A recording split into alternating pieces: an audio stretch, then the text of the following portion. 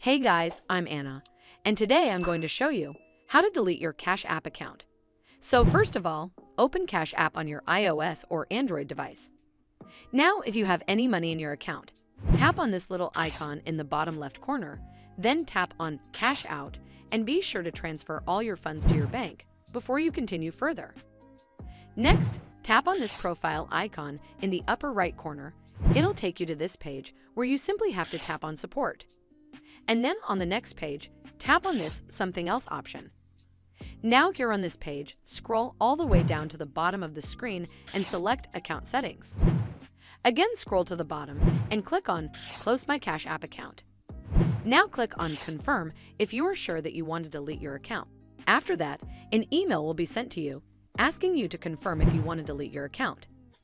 And then after confirmation, uninstall the app from your device if you want to. Alright, well that's all for now. So if you find this video helpful, please give it a thumbs up to see more videos like this, and don't forget to hit that subscribe button. We'll see you in the next one.